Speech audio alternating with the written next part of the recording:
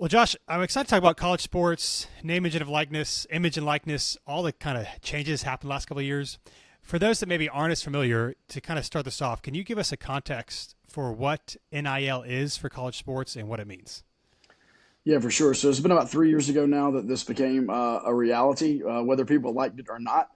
And at its purest form, it is the ability for amateur collegiate athletes to profit off of their name, image, and likeness. And so, at its core, it was basically an allowance for college athletes to be able to earn some money based upon the product that they put on the field, the brand that they've kind of made for themselves.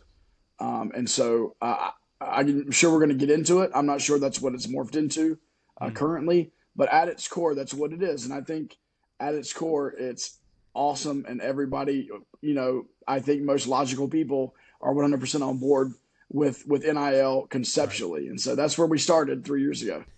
Yeah. So the point is, athletes sign autographs, do whatever, get paid for their merchandise, for their appearance, which everyone else can do unless you're a college athlete. You can go to college as like a music major and get paid to play a gig, all that sort of thing.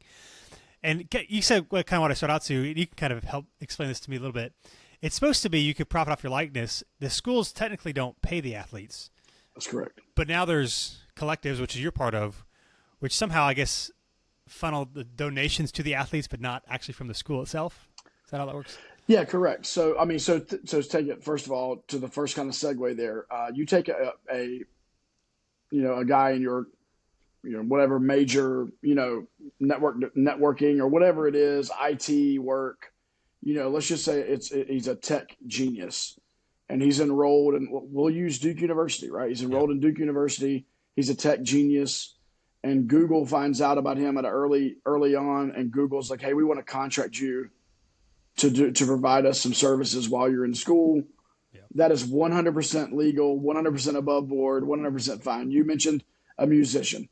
Perfect example. They're in school, they're in college, and maybe even for music, theater or whatever, but like they get gigs on the weekends at, local establishments and whatnot. Absolutely fine. And so athletics was the only place, where this wasn't the case. And the argument has always been, well, they're getting full ride scholarships, many of them. Yeah. Two things about that. Number one, it's not everybody getting full ride scholarships.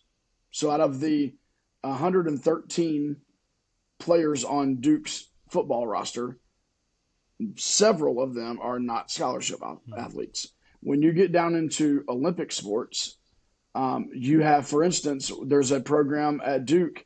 There are 13 players inside of this specific program that I'm thinking of, and they are allotted 4.5 scholarships to try to figure out how they're going to use between their 13 Yeah. person roster. So number one, they don't always just get free rides to come to school, right? So that's the case. And then number two, the reality is for the academic, those that excel in academics, those that excel in music, those that excel in other areas of life, they also earn scholarships Right. and get Yeah. benefits. And so that argument breaks down, in my opinion, very, very quickly, Yeah. very So now quickly. it's illegal Yeah. for people to profit off their name, image, and likeness. Why do you think a game a couple of years ago, and not that you're a lawyer and you can't probably know all these things, but from what you know, maybe your opinion, why do you think it took so long for NIL to become a reality? Well, I think because there was a lot of people making. Well, there was a few people in comparison, but there were a lot of people around the country making a lot of money. Yeah. And at the end of the day, one of my favorite examples of this is when Alabama won the national title in football, and that game where they brought Tua in at halftime, and he kind of saved the day Yeah. for him. Well, I think it was Jay Billis or somebody else similar to Jay Billis who went on NCAA, the official shop, the NCAA store, right? So store shop.ncaa whatever. Went on the official one and simply typed in Tua Tagovailoa's name in the search bar, and guess what popped up? Alabama Yeah. jerseys with his number on it without his name. Right. So I mean that is just a simple example of it. But Tua saw not one penny Right. from that jersey sale. Nike saw a whole lot of money from that jersey sale. Mm-hmm. The University of Alabama athletics saw a portion of that, and Fanatics or whoever, I don't know, whoever they have deals with saw portions of that money. But the one person who did not receive any of that money was the player people were looking for. Yeah. And so at its core, everybody else was making money. And I get it. People are naturally taking care of themselves. And so I believe that's why. And then I think we're also living out 3 years in that it was going to be messy. There wasn't going to be an easy, clear path to getting what is probably logical. And so, that probably is what maybe paused the inevitable. Yeah. I'm curious too. I don't know if this will change maybe because college athletics rotates so much from year to year. Now with NIL, will we see more jerseys, like official jerseys with names on the back, or will you think it'll just stay the numbers? No, there are. So many places started this even midway through last football season. I know Florida State had this option, one of the earliest adopters of this. But even right now, and Duke is not an early adopter, of things, and that's just the Duke operates in a little bit of a different way, which is completely fine, and obviously has been super successful for Duke throughout the decades. But even now, you can go on the official Duke University store, the university store page, and you could select any football player and get their jersey with their name on the back of it currently. Now, I don't know what the plan is for basketball. I can't speak to that. But I do know that for football, you can currently do that. Now, they are replica jerseys, and you're paying a little bit of a premium price for that. But it is available currently. Okay. And that just happened about 2 weeks ago. Nice. Now, this one, not to get anyone in trouble, to the extent that you can share, how long, we'll call it NIL light, so money benefits going between players before 3 years ago, which we all know happens. What's that? I mean, let me say that. How does that work? And maybe in your opinion, how's that been going on under the table? How did the what was it like? I guess especially football, basketball players that generate revenue, and heard lots of stories. What was it like before NIL for some of these players to go to schools? Yeah. So luckily for me, I began working in this space full time back in the end of June of this year, part time back in January of this year. And so I wasn't privy to legitimately, I'm not just trying to do this. I was not privy to anything and didn't know. So the only thing that I would know would be, kind of the hearsay, right? And you hear guys that have been out of school, now for several years, and maybe they don't have a great relationship with the school that they attended, and so they don't mind talking. And you've heard them talking about like the bag man, and so like they would show up at their apartment or at their dorm room, and there'd be a paper bag sitting on their bed, and they'd open that bag up, and there's $50,000 in there, or there's whatever, and they never knew who it came from, but they understood what it was for, and so I'm sure a lot of that went on. I mean, in the past, there's definitely a lot of sanctions that have come down, for different things. Ironically, probably not as many sanctions for like you are paying players. You know what I mean? The sanctions were for like odd stuff, like you're selling your team gear on the secondary market. Like kind of stuff that's like that's not really a major deal. But I would say this too. I think that a lot of benefit was given. Certainly, I'm sure a lot of benefit was given under the table, actual real cash. Right. But I think also places got creative, and there were other ways to perk and other ways to figure that out, and to let a student athlete and his family know that they were being taken care of. And once again, whether they were NCAA legal or not, is not not in my purview. But all that to say, now it's legal, right? And people really thought that it was going to really shift a lot of like the talent around. And I'll be honest, in my opinion, it has done that a little bit, but it hasn't done it a ton. And so what you can gather from that is the people that were doing it under the table are now the best and the elite at it, doing it above the table. That's kind of where I get to on that. And so take that for however you want. And I always thought too, I think one of the many reasons many people are not fans of the NCAA, how they run things, like you'd hear about these sanctions and it's like, come on, come on. I mean, they're not the only ones. Maybe they should have done it better or hit it better. I don't know. Or you get like these like petty things. I don't know. It just seems very random as to when they decide someone's actually in trouble and when they're not actually in trouble. Um, so, Yeah. which I didn't think about that. That's a good point because I, like you, figured, oh, like the good schools will get all the good players like even worse than it is now. And it doesn't seem. In fact, I mean, you're in this world, so you can tell me if it's right or wrong.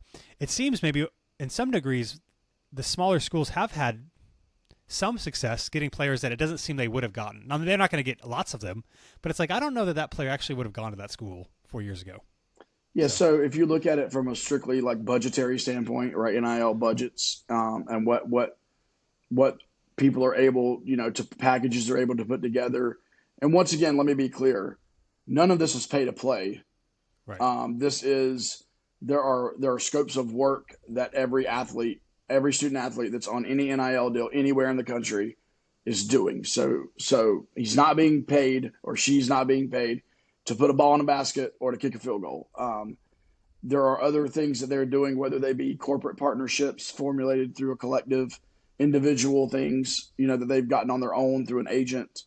So all that. So let me be clear, on that. There are things, that are being done. But with that being said, let's take a smaller college. Let's take a Wake Forest, right? Who, in the grand scheme of things is about where Duke is. And we would argue not quite where we are, but right around there.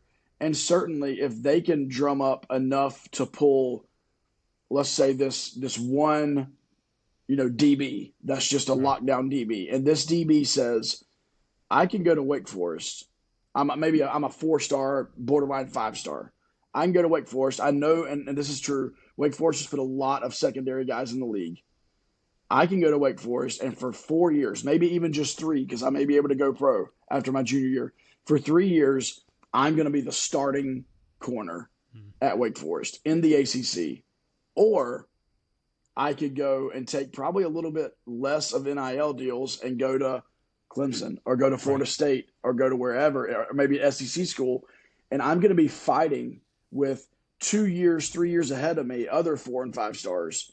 And I may or may not win that job. And if I don't win that job, I could be behind 2 guys. Yeah. And so my path, I mean, it depends on how you want to look at it, right? As a high school recruit. And so, I do think that some of these smaller schools are able to say, hey, we're going to put, metaphorically, more eggs into this basket and really go after this one kid, while Clemson or Florida State is going after 12 of those kids. Right.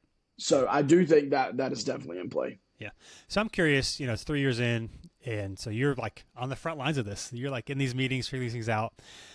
In what ways would you like to see improvement or changes or regulations? Like if Josh was in charge of the NCAA, here are some changes I would try to make from what I've learned so far. So I think I would confidently say that this is, I believe that most logical people working in this space would agree with this. There needs to be federal legislation.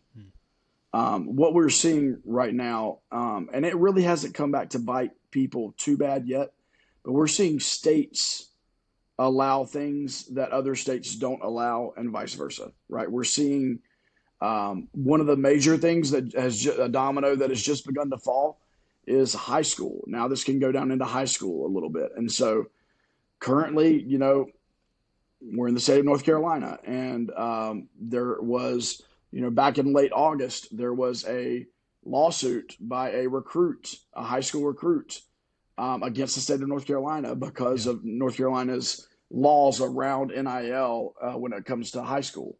And so I don't like that. I would really love to see some federal legislation. I know that there are panels in Congress, there are politicians that this is a part of their agenda and that they are pushing for things. And I'll be honest with you, I don't care what the legislation is. The details of that, whatever it may be, the answer is, can we all play on the same level playing field? And then can we have salary caps? I mean, in what other world do you have can you operate without a salary cap? You can't operate without a salary cap in business, in the NFL, in the NBA. There's no other place in society that you can operate without a salary cap. And so I believe capping salaries would be one thing. I believe income reporting, some sort of way to still give the student athlete their privacy, but to make sure that if we're going to have a salary cap, that the salary cap is, is being followed properly. Yeah. I could go further and deeper into that. I will, if you're cool with it. Even Go with a for it. salary cap, okay, Yeah. even with a salary cap, let's take the NBA, for instance, and I'll Yep. use a Duke guy, Jason Tatum, as an example. So Jason Tatum operates for the Boston Celtics as an employee of the NBA and the Boston Celtics under the current NBA salary cap. So he gets he's on a max deal. He gets his money. Jason Tatum, up at least until a year ago, and I would assume it hasn't changed, had not spent one penny of his actual NBA salary. What's reported in the salary cap. Jason Tatum has been living off of his Ruffles deal, off of his Jordan Brand deal, off of his other his 2K deal. Yeah. So he is so my question, even with, this is an unanswerable question. So my question is, even with salary caps, that maybe they put on schools / collectives, what stops Cooper Flagg from going out there on his own and saying, okay, apart from that, I just signed a deal with Dick's Sporting Goods, Academy Sports, fill in the blank, right? New Balance, which he just did a few weeks ago. So while I think a salary cap would be very beneficial and it would help a ton, I still think there will be loopholes. Right. And at the end of the day, I don't know how you're going to stop those things. If New Balance sees the value in Cooper Flagg, they're going to go after him. Right. The only thing that would stop this is, these are young kids at the end of the day. And if the liability of putting your corporate name behind a 19-year-old kid who could make a lot of life mistakes over the next 5 years, if that becomes more of the reality, than the success stories, then maybe we'll see that, curb. I was also interested, in terms of regulation, how this all shakes out. So Cooper Flagg, question about him, not just because I'm a Duke fan, you work at Duke, but this will make sense. For those that don't know, Cooper Flagg's the #1 rated college basketball recruit coming to Duke this year, probably going to be the #1 pick in the draft next year, sign a New Balance deal. In colleges, you have, I think Duke's a Nike school, if I'm not mistaken. So unlike the NBA, you can kind of wear whatever you want. Don't you have to wear Nike cleats? And obviously you don't know how Cooper Flagg's situation, but I'm so if you got these players now signing brand deals with companies, but then their school is under another brand, how does that work? So I will say this from what I have seen, and I saw this from some national media guys that are kind of in this legal space. Cooper, whenever he is representing Duke, and this is unofficially, obviously not from our collective or from Duke. This is what I saw on Twitter from an Andy Katz type reporter. When he is representing Duke, so on the court, anything official Duke, anything that they would put out, anything that would be where he is, if you want to look at it this way, on the clock. I know that sounds terrible in this discussion that we're using, but whenever he is with Duke officially, everything has to be Nike. No question at all. So everything has to be Nike. When he is on his own time, after practice, he's going to class, he's out locally hanging out somewhere, bowling, he's doing whatever. He can, and athletes have always been able to wear whatever they want to wear. Right. And so, New Balance for him will probably be photo shoots on his own time, video content on his own time. Honestly, just the amount of attention that the question that you ask is drawing, because I've seen the question multiple times, is probably worth New Balance's investment into Cooper Flagg. The fact that people are going, wait, when can Cooper Flagg wear New Balances? Oh, well, what? You know what I mean? And that's a Google search. That's you know what I mean? That's a New Balance website hit. You know what I mean? So anyway, that's the way that is from what I've been told is working out. Now, I think the future of this is that these shoe companies understand that, okay, these deals we're doing with the universities are fine, but what if we backed off the shoe part and we did the uniforms and we did all the gear, the other gear, but we allowed the players to do their own shoe deals. And for Nike, I wonder if maybe there'd be more money in doing individual shoe deals, you know what I mean, more return for them. Right. Because then all of a sudden, just like the NBA, you know, I follow a lot of NBA Twitter, and like, it's like, what is PJ Tucker wearing tonight? Like, what shoes he wearing? Yeah. He's wearing something unique. That dude's he's probably the biggest sneakerhead in the league, right? So like, what's he wearing tonight? Or, hey, did you see LeBron's shoe he was wearing at the Olympics? Or like, man, Right. KD just released those shoes right before you know what I mean? Like, there Right. was that buzz. Jason Tatum didn't play much at the Olympics, but his JT threes got a lot of play on social media because he debuted the new ones with the Olympic colors. So I think there could be that, like, hey, what does Cooper Flagg's New Balance shoe look like? You know, Right. say 5 years down the road, what does that look like at Duke? Right. You know, or like, what is Yeah. Tyrese Proctor wearing? Yeah. So Because I was I wondering, think and there's potential for that. I guess they won't because it could be tricky. Now maybe this will change as more players get this. But like LeBron James, I think he was Powerade for a while. So on the bench, he would drink from a Gatorade thing that was taped. I'm like, are we going to see Yeah. players taping their shoes, logos, or is that going to be a no-no? You know? You know, I hope that everything can kind of be more, you know, friendly, Yeah. you know, than that. But I don't know. I mean, once again, legislation here and a clear set of operating guidelines that are mutually agreed upon would help a lot of this. And I don't know if we'll get there, but Right. I think something has got to, because it would be nice to say, hey, listen, when you signed your to come play here, this was a part of your agreement. Right. You know what I mean? And like, Yep. it is what it is. Right. So, Uh, in what ways, especially since you're kind of in the world, would you say that NIL has changed sports for the better? A lot of people, you know, purists, don't want to see anything change. yeah, Any school goes to another conference, it's the end of the world. Rule changes, nothing. You know, everything was better 50 years ago. of course. How would you argue it's made it better? Yeah, well, first of all, air conditioning and you know, stadiums, that's really cool. Better than 50 Yeah. years ago. You know, Yeah. athletes are generally better athletes, and Yep. the style of anyway. So how has it made sports better? All right, and if everybody's tuned out the whole thing, tune into this, because I believe this is a major talking point. What you see on social media, what the clicks are on three, and you know, all the other NIL, those that are following NIL closely, what you see there is the top one, and I mean this legitimately, like 1%, maybe 2% Yeah. of college athletes. So yeah, of course, we're all going to roll our eyes at the two Texas football players who have Lamborghini deals, right? I mean, okay, whatever, right? Honestly, there's probably a lot that are like Cooper Flag, New Balance deal. Really, I did it. Let me share the reality. The reality is 1 to 2% of players on a given football roster are making what you would call like significant money. Yeah. Most of them are making very modest money. They're having to work for it. Yeah. Oftentimes juggling practices, appearances for their athletic department, their teams, schoolwork, practice again, you know, workouts here Yeah. and there, and then, oh, by the way, you've got to come here for your work, right? For Yeah. this. And so they're working for it. Partial scholarships. A lot of these student athletes, especially in your Olympic sports, the money that they could receive from doing NIL work is going to simply offset that half scholarship. When you're talking about a place like Duke, that's big money.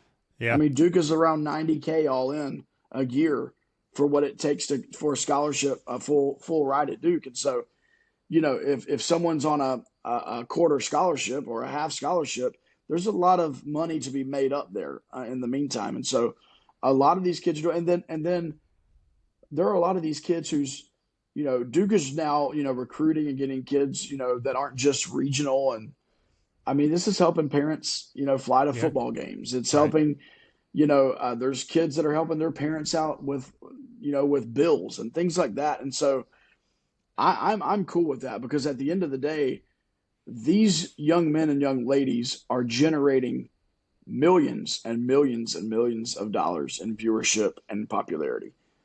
I mean, do we have to even mention Caitlin Clark? What she has Right. done for women's college basketball and now into the WNBA. Yeah. It's been pretty ridiculous. And so I would say for the better, how NIL has helped for the better is the vast majority of these student athletes who have been earning money for their universities are now modestly being compensated for activities that they do while also being enrolled as a student. Yeah. Yeah, that's great. Now your title, you're the director of operations for the Durham Devils Club, which is the NIL collective for Duke Athletics. Yes. I'm sure it's somewhat different from school to school, but I'm sure there's a lot of similarities. Someone's like, okay, how does this work? NIL, how do they get paid? But like, how does a collective work for the school to get the money to the athletes? Sure. Who signs the deals? All that. Yeah. So number one, the Durham Devils Club is a separate entity. So we are not an official part of Duke Athletics. And is that the case for like all of them? So yes, on the legalities side, yes. Right. Now we are aligned with Duke Athletics. In fact, back in May, June, around there, our athletic director sent out an email to a pretty massive email list announcing our collective, and then also men's and women's basketball kind of has their own little separate thing, so we don't deal with men's and women's basketball, but announcing both of those initiatives, and so we haven't been quite as public facing, but if you follow NIL back in August, maybe second week of August, UNC, our friends down the road, they put out an official, like a really big press release from their athletic department saying this is the collective that we are behind. Evidently, there had been a lot of fragmentation over there, and they said no, this is the one. We're uniting all of our collectives into one, and this is who we are getting behind. So first of all, they cannot be an official part of the athletic department. Now, next year, from what has been thrown out there unofficially, a lot of this NIL work is going to be able to come in-house. Okay. But for right now, it's exactly the way it is. So the way this works is we work hand in hand with coaches, strategists within whatever program that we're dealing with, and we come up with what we feel like would be fair market for what we're doing. So you have two sides of fair market. You have fair market for what would fit within like a team budget, of like, and then on the other side for us, it's fair market of what their scope of work would be. And so, I'll use numbers that don't matter. If someone's getting $1 and another person's getting $10, the scope of work needs to look like that. And so $1 payouts should be doing $1 work, and $10 payouts ought to be doing $10 work. And so I will say I cannot speak for any other collective around the country. I can speak for the Durham Devils Club, and that our scopes of work are very fair and match what the money matches, and we make them do it. We require it. That's another thing that I think goes on. I think there's a lot of leeway given across kind of the landscape of this, and all that may come to a head very quickly. I mean, there's a lot of talk about like reporting and whatnot, requirements and things that are coming. So that's the way that works. So what we do is we execute contracts, we execute all the finances. Really, if you want to look at it, the coaching and all the people that we communicate with are really advisors to what we do. I guess in a crazy situation, which obviously we don't have with our collective, like you could have a collective that's like, no, we're not going to do that, or no, or we're gonna give more. You know what I mean? Like they can make their own rules if they wanted to, ideally. So, but yeah, that's the way that works currently. I think there's a place for collectives to stay even when NIL comes in house. I believe there's some ways for collectives to stay active and to still bring some additional financial support. I mean, first of all, every athletic department in Power 4 the number that's being thrown around when it comes in house is $22 million of NIL. So like there's a lot of these places are going to need additional funding, and collectives have done really well at bringing in funds in a variety of ways. I could be completely wrong in how I'm understanding this. A collective is basically, if I come to play at a university, you guys kind of pull in the money to help compensate the athletes? What for if I'm like, for work that they do not do on the field? okay, but it Yes, helps correct, because they're an athlete? That's really what it's for. It just gives them, 100%. yeah, But just to be clear on that, right. since this is going out to the masses. Correct. No, yeah, that's helpful. So what's the difference between, hey, I'm coming to campus, I don't got a big name, who knows if I'll like pop off or whatever, so I've got this collective to kind of help me out, versus, we talk about I'm a Cooper Flag, I've got Yeah. people reaching out to me. So if people are like reaching out to me, do they also go through that collective, or is it like their own separate So, thing? okay, that's a great question, actually. So, the collective deals are basically group deals, with different payout structure, for different guys. And those scopes of work, would typically look like autograph signings. They would look like, Mm. maybe the collective does a corporate deal with fill in the blank company. That company's having a golf tournament and they want 4 football players to play on 4 teams. You know what I mean? Right. So it's things like that.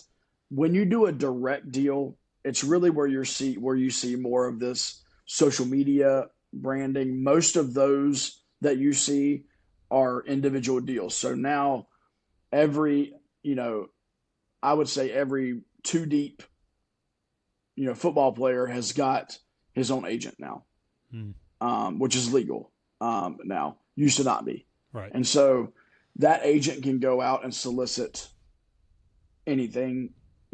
Obviously there are some contract restrictions, potentially with a collective of like, hey, no exact direct competitor of like, let's just Right. say we had Harris Teeter. Well, we don't need you doing a Food Lion. You can't do a Food Lion deal, or something like that. Like Right. whatever. I use that as an example, but that's the way that works. They can still go out and do their own deal. So Cooper Flag, it's Right. absolutely cool for Cooper Flag to do his collective stuff and whatever's asked of him, and then also to land as many deals as he wants to. Man, he can do lobster rolls from Yeah. Maine. He can do whatever he wants to do. New Balance, whatever it is, and that's all on him. Then how does it work? Then I'm curious. For let's say I'm a top tier quarterback in high school, going to school. Obviously, a lot of people would want me. Does the collective help try to get those big deals? Who tries to get the big deals for the big players? Is they on their So own? How does that okay, work? so individually, right, is their agent. So the Okay. agent is looking And I now. guess too, Sometimes, I was gonna say too, and you probably know this, but just for those who are listening, if I'm an agent, I'm like, I'll get you money anywhere. Why should I go to your school, your particular school? If correct, I could get it. That's yeah. So absolutely, because while the agent probably does legitimately care about that student athlete, the agent also cares about that percentage that's being right, kicked back to him or her at the end of the right. day. So, um, but back to the original. How did you word the question? I want to make sure I answer it properly. Yeah. So basically, I'm a big athlete. Yeah. Okay. Does the Yeah. collective help you? Does the collective help me get the big deals? How do I get the big deals, or do I got to find them on my own? So okay. So if I'm an agent of a really a 5-star quarterback, there are 2 lanes that I'm operating in. The first lane is individually, what can I get for my guy? I don't care if he's at Missouri, Yeah. Texas, Oregon, or Ohio State, right? I don't care. Like, what can I do? And in that vein, where should we look? Or if he has these 10 schools after him, which one closest would be the closest to alignment with who he Mm. is as a person or an athlete, right? So, that may mean he's just not a West Coast kid. He's just not. I mean, he was born and raised on the East Coast. Like, he's really tight with his family. Like, and so then it's like, okay, we're going to shift, and then we're going to start looking at schools, because at the end of the day, on your collective type stuff, the market value gets known out there. I mean, Yeah. you may Yeah. have a little bit of fluctuation from school to school, from collective to collective, but at the end of the day, you're going to roughly generally be around the same, right? When you're talking about those top 25 spenders in Right. college football.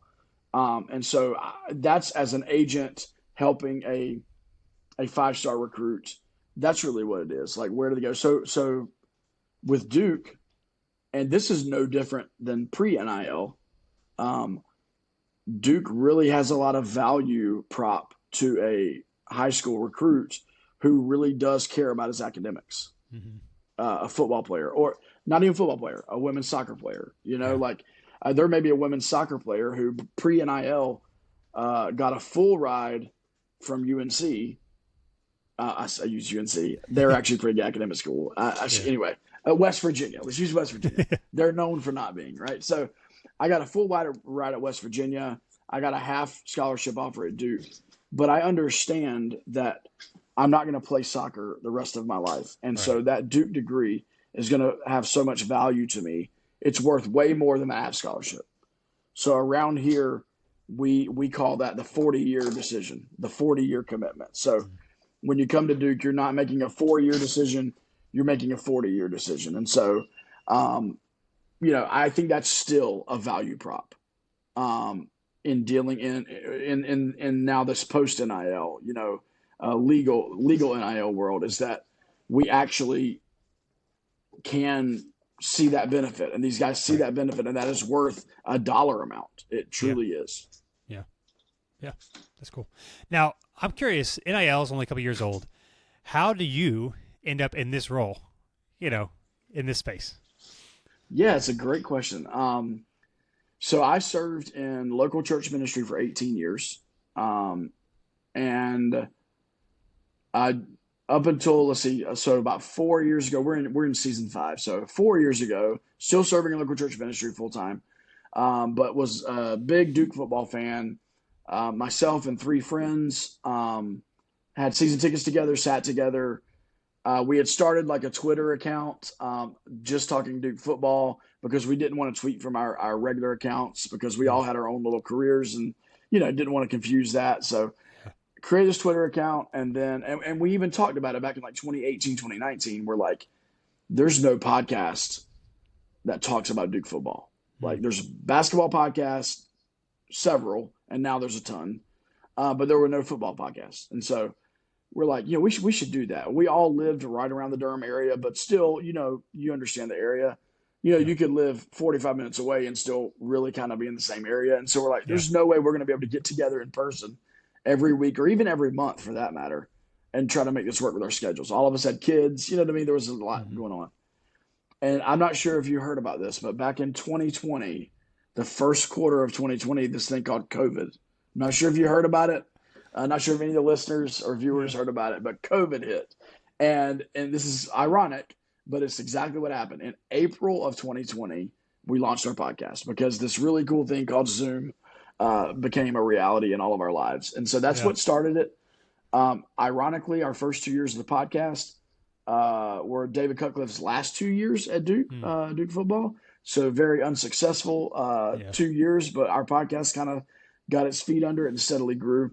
That eventually landed us in good graces with the athletic department and the football program specifically. So we did a good job at what we did. We were fair, balanced, and something that they didn't mind, unofficially kind of being a part of. And that landed us when Mike Elko came to Durham in 2022. We became like fully media credentialed, and then, really honestly, over the last year, really kind of become like a secondary, like, I don't know what you want to call it, voice of the program a little bit. We have a decently large social media presence for football only. There's obviously basketball and football that have more, but when you just look at the football space, we have a pretty decent following there.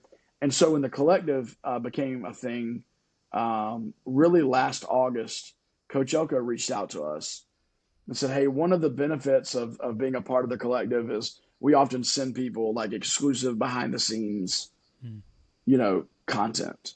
So would you guys be willing to kind of be that partner? Like, you still do your regular podcast, but you also come and do some other things for us, the collective meaning, and that. And so he set that up. And so we began doing that. And then just honestly, man, little by little, I began taking on more with them, communications, and then started working part-time. Back in January, I stepped away from my role as a lead pastor in the end of February of 2024, and then came on full-time as the director of operations in the middle of June, end of June of 2024 this year. Okay. And really it was a pivot in what the Durham Devils Club wanted to do with the collective. And we don't have time to talk about a lot of this probably, but moving away from the individual donor, there's been, and this is nationwide, this is not specific to Duke, donor fatigue. Yeah. Just 3 years into this is wild. It's a real thing, and I feel for the people that have invested in their athletic departments, the traditional way, and now we're getting phone calls and emails and door knocks of, now we need you to give X amount more, Right. to the collective. So what we have done at Duke, in partnership with Duke, with our collective is, we're really shifting to like a corporate model, and really looking at corporate sponsorships and where that lands people and where the benefit is to a corporate, partner is beforehand. You may have been a Duke Athletics sponsor, the official blank of Duke Athletics. That typically went through like a brokerage. I won't even name them on here, whatever. But like that was like you were 2 or 3 steps removed from the actual student athlete. Yeah. If you're the official hotel partner of Duke Athletics, you couldn't get anywhere close to a student athlete. If you were the Mhm. official whatever. What we have is we have access to the student athlete. And so we can bring benefit to them through Yeah. your organization. And so whether it's wealth management, whether it is whatever it may be. I mean, taxes, like, like maybe a tax company is like, hey, we'll do the taxes at such and such a rate or even free if we can just have access to that. Because what they see here is that long-term play Yeah. of like, hey, I started doing their taxes when they were in college, and now here we are 25 years later, and I've been doing their taxes every year, or like Right. wealth management, like, hey, we offered some special rate to open up an IRA or whatever, when these athletes first started getting a little bit of money, and guess what? Here we are 30 years later. That former field hockey player at Duke never went professional, but that Hmm. field hockey player became a medical doctor, or that field hockey player went to Wall Street, and now they're a 30-year customer. And so, anyway, there's a lot of at play there, and so the corporate strategy is really Yeah. kind of the focus. Oh, it's not kind of the focus; it is the focus of what we're doing moving forward. Yeah. It's a little bit of a personal question, Josh, but you said you transitioned out of the lead pastor role into this role. If this opportunity had not come about, do you think you'd still be in like full-time vocational ministry, or was it just like a great timing all the way around? How do you think it would have Yeah, played out for so you? it was definitely the timing all the way around. So the best way that I've been able to describe my transition in ministry is we planted a church in 2017 in Mm. Durham, and I knew beyond a shadow of a doubt that that was what God had for me to do. And no one was going to change my mind. Like that Yeah. is what we're supposed to do. I know it. The Holy Spirit has led us to do this, and we are going to do it. And this is when, and this is how we're going to do it. That same confidence, that same voice, that same leading led me out of that season of ministry. And that's really what it was. It was a season of ministry. I knew, as much as I knew that we were supposed to go there and do it, that we were supposed to walk away. Mm. And so that was the ultimate driver. Ironically, the timing on this, and I've actually taken the opportunity to prove this to a couple of different people with text message screenshots and timestamps. Um, but I made that known back in November to like our Mm. core leaders, and on December the 15th, I have a text message from one of our board members that said, "Hey, we're looking at stepping you up to this certain part-time role in January, and then potentially a full-time role later, because we're making a shift in our strategy." Yeah. And so, at the end of the day, that was incredible timing, and like, the Lord opened those doors, and I was able to do some, make it by kind of on the part time until it became full time. And so yeah, it was a step of faith, man. It was a step Mm. of faith for me, and I didn't know what was around the corner. So Yeah. So obviously, Pastor, still really involved in ministry, church planting organization that we're both part of. Um, Your faith is really important to you. So I'm curious how this plays out, especially in the NIL space where it is kind of like wild, wild west. And maybe since there's no rules, there's no quote unquote wrong way to do it. But how do you try to maybe do the NIL stuff the right way with character Mm-hmm. integrity, knowing that anybody can kind of do whatever they want right now, and some of it might not be the most ethical? Yeah, for sure. Well, I think fortunately for me, and this is, I know that people that are not Duke fans are going to probably roll their eyes when I say this, but when you mention like integrity and doing things the right way, there is the Duke way of Yeah. doing things, and I understand there's people who think whatever, but we operate in a standard that if we did not operate in that standard, number one, we would not get the support of the athletic department. Number two, we would not get the support of corporate partners, and in the past would not have gotten the support of any individual donors. And so for me, I'm actually a champion of like, we're going to do this the right way, whether it's like a clause on a contract with compliance, like, hey, whatever is the right thing to do here, that's what we're going to do. You know what I mean? Like, that's what Yeah. we need to do. And so, and I can say this with all 100% honesty, like, that is never and now full time now it's been just a few months, but that's never been a tension point, because it just is what it is. Now certainly there are, just like in ministry, I mean there are certain things that are private and that aren't everybody's business, Yeah. like there's specifics about anything in any job you have, and certainly there's that with and working in this space, but it would be the same if you were working at any organization. If you knew certain numbers or you knew certain, it just is what it is. So for me, this is actually a perfect fit and a fine fit for my faith and my ethics and my morals. Yeah. If it wasn't, I could, I wouldn't be able to do it for long because that's just not who I am. Like, Yeah. if I'm asked to do things that I know go against that, it's just not going to be for me. And so, Yeah. yeah, and that means if I can just say this kind of honestly, I may not be able to work for a collective at fill in the blank schools, Hmm. right? Like, Yeah. just honestly, because those things may not be in place like they are here at Duke. Yeah. So, So do you want to fill in those blank school? No, I'm just kidding. Don't do that. So I think a question that some people have, I think a lot of us have, is with the NIL, with collectives, all this sort of thing, does recruiting actually matter anymore? Now, yes, to a degree. Maybe if you live on the East Coast, you don't want to go to the West Coast, or maybe yeah. like a Duke degree is better than maybe somewhere else. So maybe there's like some of that still matters. But I think a lot of people who are maybe quite cynical about all this, it's like, I'm just going to go wherever I can get the most money. So how much does recruiting matter still? I do not believe recruiting matters as much as it did pre NIL.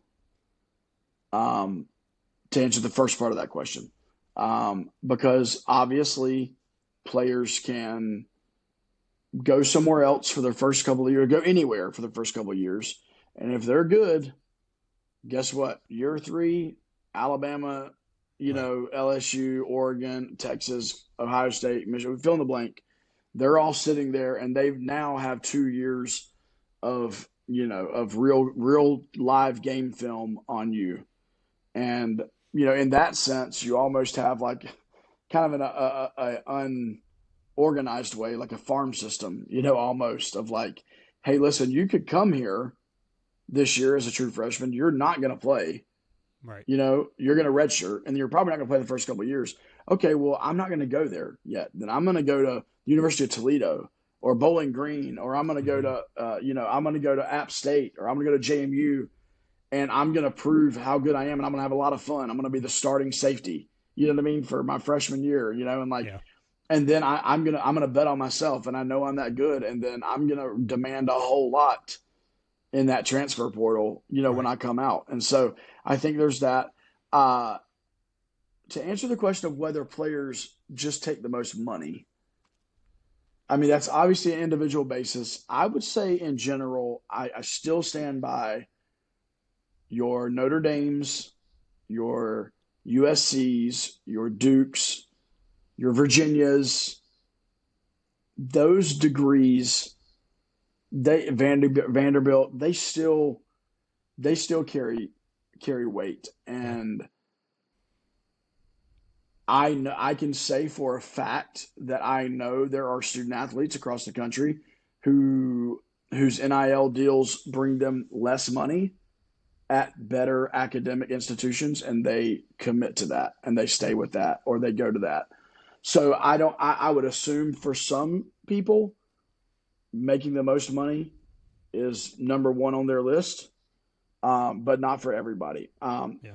I would say that probably the best illustration of somebody going somewhere to just max out the money would be, and I don't know of anybody specific like this, but I've actually worked this scenario out in my head. If you're a 3-year guy, you're going into your fourth season, maybe even fifth season, whatever, nowadays, who knows? But you're going into the latter end of your eligibility, Yeah. and you're honest with yourself, and you're like, hey, I'm probably not an NFL.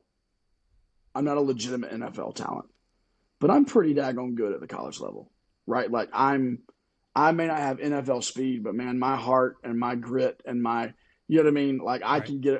I can be a very, very good power four, you know, football player, basketball, whatever it may be, baseball, softball player, whatever it is. I do think in that instance, there may be some guys that are like, okay, maybe they come from, uh, home backgrounds where, money was scarce, and they're like, okay, this is my shot really to do as much as I can to set myself up for my future. And so, in that sense, I have no problem with a guy saying, Yeah. I'm going to maximize every penny that I can. But I don't know. I think that's the exception to the rule. I think the rule is still, what does this degree mean to me? Because even if I am an NFL player, what's the average NFL career? Yeah. However many years it is. Hmm. How many guys get to that second, third, fourth contract? And so Yeah. thinking through that, and knowing that, hey, I can walk in and I can put on that resume that Notre Dame degree, or that Northwestern degree, or that Duke degree, and I give them crap, even a UNC degree, Yeah. like, you know what I mean, like a Georgia Tech degree, those types of things. I think that matters to kids. Yeah. That's helpful. Moving away from NIL specific, although you can still answer it in this vein, but maybe just college athletics in general, since this is your world. What is one of the biggest misconceptions people have about college football athletes, or just college College football in general? football, Yeah. college football. Okay, that's a great. That was good. Um, I think it's that these guys are not real people, Mm. that they are machines, right? They just go out and they perform, and if they're on your team, you like them and you think they're incredible until they mess up, Yeah. and then you can't, and then, or God forbid, they're good, they're really good, and they transfer somewhere else, you know, and I think that's the biggest misconception, man. These Every single young man that we deal with on the football team is a 18 to 23-year-old young adult, and they are going through the same type of Mm. struggles internally, externally, that you and I and anyone watching or listening to went through when you were 19 to 23. They have they have relationship issues with their girlfriends, right? They have problems with, parents getting divorced back Mm. home after they graduated high school, right? Like they have grandparents that are sick, in need of, medical care. They have, whatever it may be. And I think sometimes we see these players on the big screen. We watch them on ESPN, and we lose the fact that they're real people. And I will say, before I was in this space, I kind of under I kind of understand where that comes from. Yeah. When you're just strictly a fan, what helped me was some people closer to me, family relationships, were very gifted baseball player and made it to the major leagues. And I sat in a major league ballpark with my extended family, and saw him several times have a he's a pitcher, great outings, but also saw struggling outings, and heard the fans who had no idea that we were family heard the things that were said, and like, that those things like really, and now being around college football and athletics, I have sat there and know that players, family member, parent even is sitting 3 rows down, and this guy behind me has no idea, and the things that he's saying, and so like I've been like, hey, bro, like there's family right there, like we really need to. So, anyway, I think that's the biggest thing that I wish people understood is, and to bring in the faith world to this, and Christianity and biblical, living.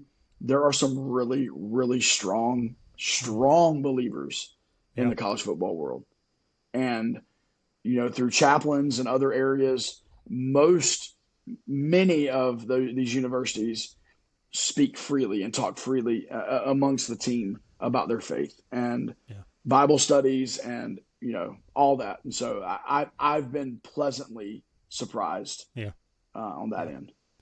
Well, Josh, this has been really quite fascinating and very interesting, at least to me. So thank you for this.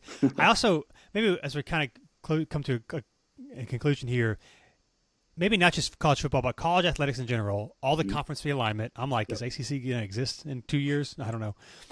Surely this isn't sustainable. And I know maybe if we could go back, and I guess legality, you can't do this, like maybe conference realignment for just football. But like for us, ACC, now you've got Stanford, Cal, you got West Coast teams.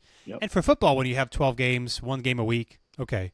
But then when you've got track and field, all these Olympic sports that don't make money, and now we're like shipping kids across the country. For some of these games, they're not even that long of games.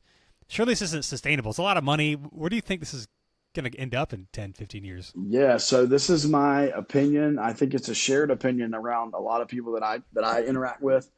And the opinion is that, let me use the NFL structure. You have the NFL, you have the AFC and the NFC. You have the AFC North, you have the AFC South. You know what I mean? Yep. I really think that now probably bigger than just the 32 teams or however many is in the NFL. Maybe it's 60, maybe it's 80. I don't know what the number is, but I think there's going to be an opt-in. I think these universities are going to have to commit a certain amount of money to be a part of it that they're going to spend in, like, say, NIL, right? In NIL space or whatever it may be, whatever the threshold is, they're going to have to meet it. So they're going to have to be able to make and invest the money. That's another whole podcast. But I think those that get there, it's going to be maybe a 2 conference, and east, west, north, south, southeast, northwest, whatever it may be. And so really what you might get back to is kind of maybe even your more old school conferences. They're just not going to be, they're not going to be called that. And they're not going to be, you'll probably still end up with, South Carolina playing Clemson and being a rival. It's just going to not be a ACC SEC thing. It might be an NFC East or NFC South. You know what I mean? Yeah. To use the NFL language, and maybe I don't know, but I could see that being. And then I think in order to make that happen, and I think the NCAA should go to this anyway. I think there needs to be. I think Coach K called it the czar, but I think there needs to be a commissioner over major sports. And I don't even know how far down that line I would go, but I believe in college football. I believe in men's basketball, women's basketball, baseball, softball, men's and women's lacrosse, men's and women's soccer. I think those types of sports that are pretty vast and broad. I think each of those sports, the NCAA or whatever the organization is, there needs to be a czar or a commissioner over each of those that help make decisions that's best for that sport within that context. And Josh, I know you've been in the world for a while, kind of newer to this position. What is one of your favorite things that you get to do as the director of operations for the Durham Devils Club? I think it's the great people, man. It's the great people that I get to work with in the collective. Our board is awesome. Our executive director, Mike, is great. I get to work with him on a daily basis. But then it's the folks inside of the Duke, network, the coaches, the players, the support staff, the athletic staff. When you hear that, like, it's just different there. You heard Manny Diaz say it's just different. Yeah. It is. It's just different. And so I think that's been my favorite thing. And then I love the fact on the football side, and this is probably more through the podcast previous to the collective, but we get to know these the families of the players, the moms and dads, the grandparents, the brothers and sisters, the cousins. They come to games, we hang out, tailgate, things like that. And last year was the conclusion of our fourth podcast season, meaning that was our first 4-year graduating guys.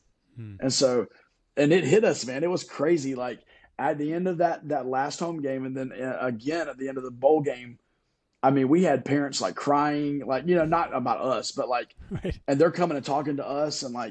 and we're like, man, we're not going to see them. We're not going to see them anymore at games.